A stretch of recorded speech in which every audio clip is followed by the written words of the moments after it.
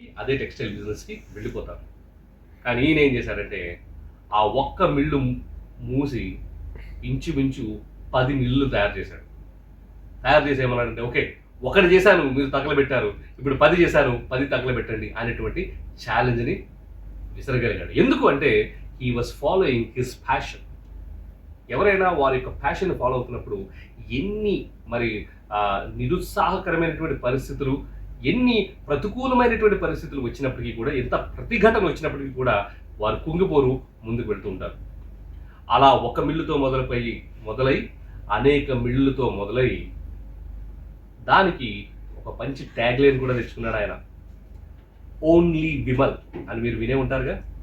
అయితే ఆ ఒక్క టెక్స్టైల్ మిల్తో మొదలైనటువంటి బిజినెస్ ఇప్పుడు petrochemicals, oil, gas, telecom, internet, entertainment, ఇలా అన్ని రకాలైనటువంటి బిజినెసెస్లో కూడా ఉంది. ఊహించగలరా ఎవరో వ్యక్తి? Yes, you are right, he is Mukesh Ambani గారు.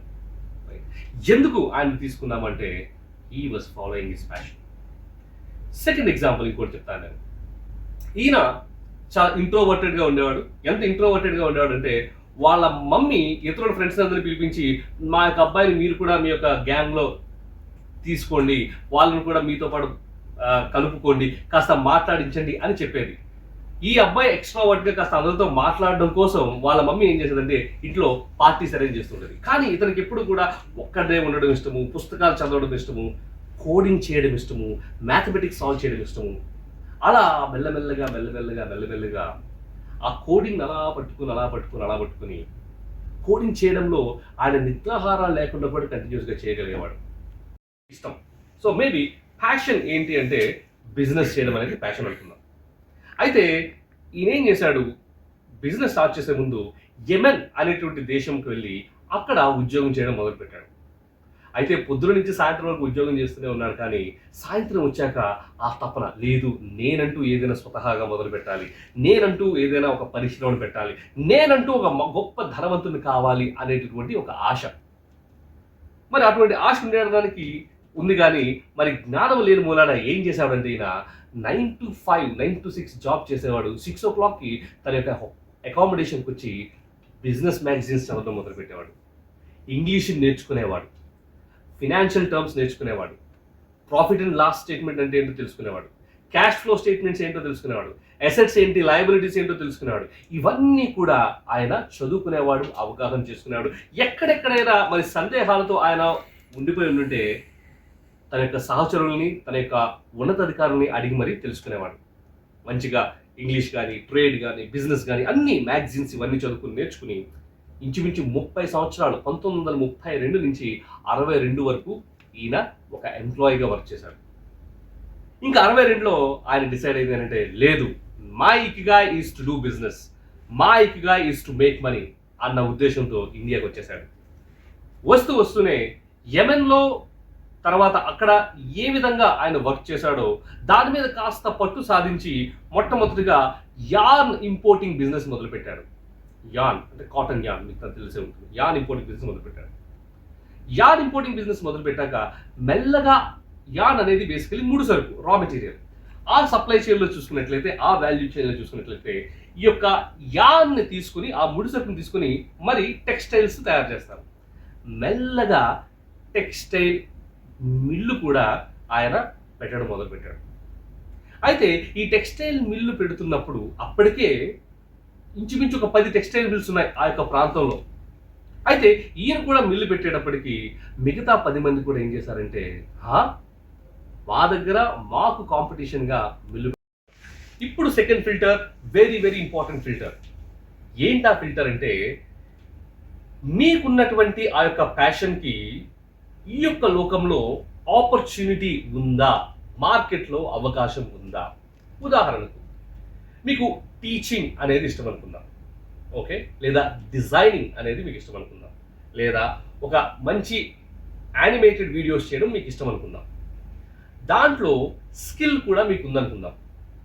ఇప్పుడు థర్డ్ ఫిల్టర్ ఏంటంటే does the world need it, దాని యొక్క అవసరము ప్రపంచంకు ఉందా, దాని యొక్క అవసరము మార్కెట్లో ఉందా, దానికి తగినటువంటి అవకాశాలు ఉన్నాయా లేదా అనే ఒకటి ప్రశ్న మీకు మీరే వేసుకోవాలి.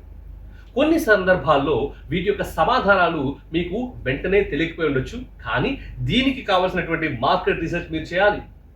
మార్కెట్ రీసెర్చ్ చేయడం ఎంతసేపు అండి? ఇప్పుడు చాట్ జీపీటీ ఉంది, డీప్ సీక్ ఉంది, ఇలా మల్టిపుల్ టూల్స్ ఉన్నాయి. అంతేకాకుండా ఏ ఎక్స్పర్ట్తోనైనా మాట్లాడడానికి లింక్డ్ఇన్ అనేటువంటి ప్లాట్ఫామ్ కూడా ఉంది. కాబట్టి మీ యొక్క మార్కెట్ రీసెర్చ్లో నిజంగా ఎక్కడైనా మీ యొక్క ఆలోచనలు కానీ తగ్గినట్లయితే వీళ్ళతో మాట్లాడి ఈ యొక్క టూల్స్ను వాడుకుని మీకు కావాల్సినటువంటి ఇన్ఫర్మేషన్ మీరు గ్యాదర్ చేసుకుని దాని ప్రకారం మీరు డెసిషన్స్ తీసుకోవచ్చు. సో సెకండ్ ఫిల్టర్ ఏంటి? Does the world need it?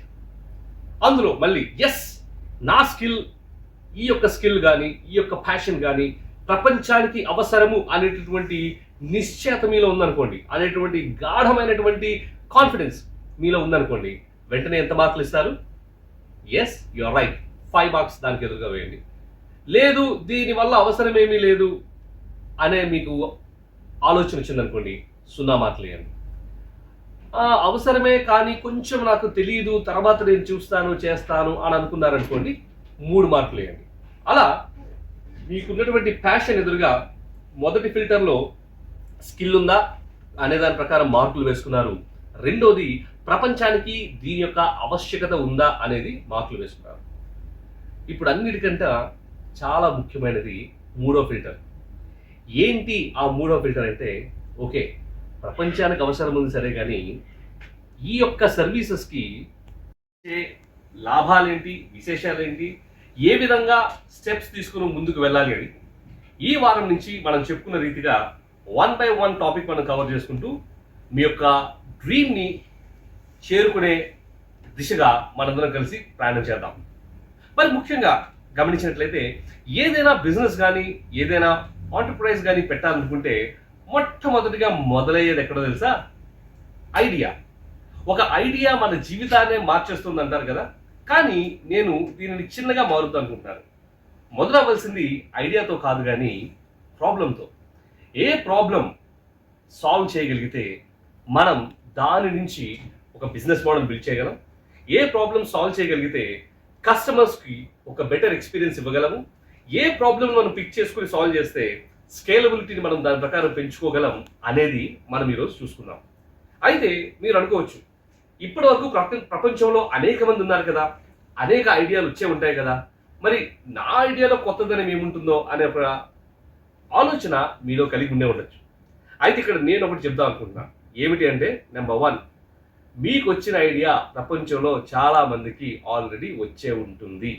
Okay, మరి మీరు అడగచ్చు, మరి ఎందుకు అది సక్సెస్ కాలేదు అంటే 2 రీజన్స్ అయి ఉంటాయి. ఒకటి, ఐడియా వచ్చినా సరే వాళ్ళు ఒక సిస్టమేటిక్ రీతిగా దానిని పర్సూ చేయకుండా ఉండి ఉండొచ్చు. రెండోది, ఒకవేళ పర్సూ చేసినా సరే అప్పుడు ఉన్నటువంటి మార్కెట్ కండిషన్స్ కానీ అప్పుడు ఉన్నటువంటి ఆ యొక్క ఎకనామిక్ కండిషన్స్ కానీ ఆ యొక్క ఐడియా సరైనది కాకపోయి ఉండొచ్చు.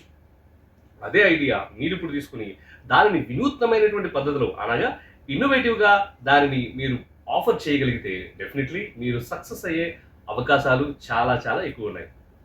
మరి ఏ విధంగా ఈ ఐడియాస్ని మనం జనరేట్ చేయాలి, ఏ విధంగా ఐడియాని కానీ ప్రాబ్లంలు కానీ పట్టుకుని ముందుకు వెళ్తూ ఎక్కడ అలసిపోక సొలసిపోక వెళ్ళాలి అనే అంశంలో మనము జపనీస్ టెక్నాలజీ అనేటువంటి లేదా జపనీస్ ఫిలాసఫీ అనేటటువంటిది ఇకిగాయ్ అనే ఫిలాసఫీ యొక్క సహాయం తీసుకొని దాని ప్రకారం మనం బిల్డ్ చేస్తూ ఉంటాం. అంతా పెట్టాలని, ఒక ఆంటర్‌ప్రెన్యూర్ అవ్వాలని, తనతో పాటు ఇంకొక 10 మంది జీవితాన్ని వెలిగించాలి అనే ఆశ ఉంటుంది. అలాంటి చాలా మంది మొదలు పెడతారు కూడా, కానీ అందరూ కూడా సక్సెస్ఫుల్ ఆంటర్‌ప్రెన్యూర్ కాలేరు. ఎందుకు అంటే ఈ ఆంటర్‌ప్రెన్యూర్‌షిప్ గురించి మనకు స్కూల్స్లో కానీ కాలేజెస్లో కానీ యూనివర్సిటీస్లో కానీ ఎవరు చెప్పలేరు కూడా. ఎందుకంటే వాళ్ళు ఆంటర్‌ప్రెన్యూర్స్ కాదు, వాళ్ళందరూ కూడా టీచర్స్. మరి మీరు ఒక సక్సెస్ఫుల్ ఆంటర్‌ప్రెన్యూర్ అవ్వాలనుకుంటే ఏ విధంగా రిస్క్స్ అన్నింటినీ మిటిగేట్ చేసుకుంటూ డెఫినెట్లీ ఒక మంచి ప్రొడక్ట్ మార్కెట్ ఫిట్ని అచీవ్ చేసుకుంటూ మీ యొక్క ఆఫరింగ్ని కస్టమర్స్కి తీసుకువెళ్తూ మీ యొక్క కస్టమర్ బేస్ని బిల్డ్ చేసుకుంటూ ఒక మంచి బిజినెస్ మోడల్ బిల్డ్ చేసుకోవాలనుకుంటే మీరు నేర్చుకోవాల్సింది already successful business models build చేసినటువంటి లీడర్స్ నుంచి. నా పేరు Rajiv వాయసర్ and I'm founder CEO of Thunderclass and EV Masterclass and CSO Club. I graduated from IIT Madras, BTech and MTech, and I completed my masters from Boston MIT Sloane school of management. నాకున్నటువంటి ఈ యొక్క 17 సంవత్సరాల కెరియర్లో అనేక రకమైనటువంటి business models, అనేక రకమైనటువంటి products, అనేక రకమైనటువంటి కంపెనీస్ని బిల్డ్ చేయడం జరిగింది.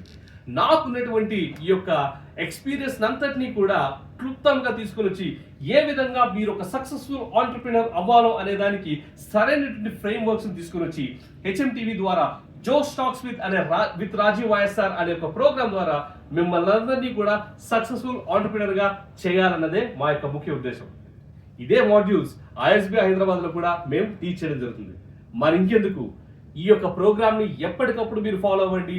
చేస్తున్నటువంటి ప్రతి ఒక్క ఎపిసోడ్ తో పాటు మీకు ఇచ్చే వర్క్ షీట్స్ మీరు ఫిల్ చేయండి. తప్పకుండా మీరు ఒక సక్సెస్ఫుల్ ఆంటర్ప్రినర్ గా అయ్యేటువంటి బాధ్యత మాది. ఆంటర్ప్రినర్ అవ్వాలనే తపన మీలో ఉంటే దాన్ని సక్సెస్ఫుల్ గా చేసే బాధ్యత మేము తీసుకుంటున్నాం. ఇంకెందుకు, what are you waiting for? Be tuned for Josh Talks with Rajiv YSR. పోయారా? మీకంటూ ఒక గుర్తింపు, ఒక కంపెనీ, ఒక ఆర్గనైజేషన్ బిల్డ్ చేయాలని ఆశపడుతున్నారా? కానీ ఎక్కడ మొదలు పెట్టాలో, ఎలా మొదలు పెట్టాలో తెలియకుండా ఉందా? లేదా ఆల్రెడీ స్టార్ట్అప్ చేయాలనో లేకపోతే బిజినెస్ పెట్టాలనో ప్రయత్నం చేసి వాటి వల్ల మీరు ఫెయిల్ అయ్యి మళ్ళీ మీరు దిగులుగా ఉన్నారా? మీకంటూ ఒక ఎక్స్పర్ట్ తోడుగా ఉండి మీ యొక్క ప్రతి స్టెప్ ని మిమ్మల్ని గైడ్ చేయాలని మీరు ఆశపడుతున్నారా? మీకంటూ ఒక నామ్, నిషానా, ఒక రికగ్నిషన్, ఒక అచీవ్మెంట్, ఒక బ్యానర్ అనేది మీరు పొందుకోవాలనుకుంటున్నారా? అయితే this is the good news for you. జోష్ టాక్స్ విత్ రాజీవ్ వైఎస్ఆర్ అనే ప్రోగ్రామ్ ద్వారా మా యొక్క HMTV సంస్థ మిమ్మల్ని ఆంటర్ప్రినర్ గా చేసే బాధ్యతను తీసుకుంది. మీలో ఉండవలసింది కేవలం యొక్క తపన, కోరిక. మీకు కావలసినటువంటి మొత్తమైనటువంటి సపోర్ట్ సిస్టమ్ కూడా మేము క్రియేట్ చేయడం జరుగుతుంది. ఇంకెందుకు వెయిట్ చేస్తున్నారు? Josh Talks with Rajiv YSR tune అవ్వండి. ఆంటర్ప్రినర్ అవ్వాలనేటువంటి మీ యొక్క కలను నెరవేర్చుకోండి. కానీ లేకపోతే మనకు ఉన్నటువంటి బిజినెస్ నే కానీ సూచాయిగా మనము విభజించినట్లయితే మనకి మాక్సిమం ఉండేది ఇంచుమించు 12 నుంచి 13 సెక్టర్స్. ఏంటి ఆ సెక్టర్స్ అంటే, the first sector is agriculture. Talks with Rajiv YSR చెప్పినట్లుగానే ఆంటర్ప్రినర్ అవ్వాలనే తపన మీకుంటే మిమ్మల్ని ఒక సక్సెస్ఫుల్ ఆంటర్ప్రినర్ గా చేసే బాధ్యత మాది. సో గత ఎపిసోడ్ లో మనం నేర్చుకున్నది ఏంటి అంటే, ఇకిగాయ్ అనేటటువంటి కాన్సెప్ట్ ని జర్మనీలో 2019 నుంచి 2024 తర్వాత 2024 గెలిచిన ఎలక్షన్స్ లో ఒక సర్వే గొప్ప ప్రకంపనని సృష్టించింది. ఏంటి ఆ సర్వే? మీ అందరికీ తెలిసే ఉంటుంది, KK సర్వే. ఎస్పెషల్లీ మన తెలుగు రాష్ట్రాలు, ఆంధ్రప్రదేశ్ రాష్ట్రం దాని యొక్క ఫలితాలు, ఎన్నికల ఫలితాలు చూసినట్లయితే ఆ యొక్క సర్వేకు ఇంచుమించు 90 to 95% యాక్యురసీతో ఉంది. ప్రోడక్ట్ను కూడా లాంచ్ చేశారు. ఏంటి ఆ ప్రోడక్ట్ అనేది చూసినట్లయితే, వారు లాంచ్ చేసిన ప్రోడక్ట్ ఏంటంటే, వాళ్ళ సర్వేని ఎవరైనా కొనుక్కోవచ్చు. ఆ సర్వే ప్రకారము ఆ యొక్క నియోజకవర్గంలో ప్రాబ్లమ్స్ ఎన్నున్నాయి, ఏమి సాల్వ్ అవుతున్నాయి, ఆ యొక్క పీపుల్స్ రిప్రజెంటేటివ్ బట్టి వారు ఆనందంగా ఉన్నారా లేదా, ఇంకేమి కష్టాలు ఉన్నాయి, ఇంకేమి సుఖాలు ఉన్నాయి, what is it that you love to do that defines your passion. Do you have enough skill set to do what you love to do that defines your level of skill set. Third question is, does the world పెట్టుకున్నారు, మీ యొక్క ఐడియాలు పెట్టుకున్నారు, దాని ప్రకారం ముందుకు వెళ్తున్నారు, అది మీకు చాలా ప్రియమైనది, చాలా ప్రేమకరమైనది, లేదా మీ హృదయానికి దగ్గరది. కానీ మార్కెట్ అలా చూడదు కదా. మార్కెట్ అనే దానికి మర్సీ కానీ ఎంపతి కానీ ఉండదు. మార్కెట్ ఏం చూస్తుంది, నిజంగా ఆ ఐడియాకి సరైనటువంటి కస్టమర్స్, మార్కెట్స్ ఉన్నారా లేదా అనేది చూస్తుంది. మార్కెట్ ఇప్పుడు కూడా, లేదా కస్టమర్స్ ఇప్పుడు కూడా, మీరు మీ యొక్క ప్రొడక్ట్ వెనకాతల ఎంత తపన కలిగి ఉన్నారు, ఎంత కష్టపడ్డారు, ఎంత రిసోర్సెస్ ఇన్వెస్ట్ చేస్తారు. One of the strongest economy Japan ఉండగలిగిందంటే దానికి కారణం వారు ఫాలో అవుతున్నటువంటి ఈ యొక్క ఫిలాసఫీ, దానినే ఇకిగాయ్ అంటాం. ఇప్పుడు ఇదే ఇకిగాయ్ని మనము మనకు నచ్చినట్లుగా, మనకు తోడ్పడేటట్లుగా, మన యొక్క ప్రాబ్లమ్స్, మన యొక్క ఐడియాస్ ఏవైతే ఉన్నాయో వాటికి సంబంధించినట్టుగా దాని నుంచి ఒక బిజినెస్ మోడల్ బిల్డ్ చేయగలం.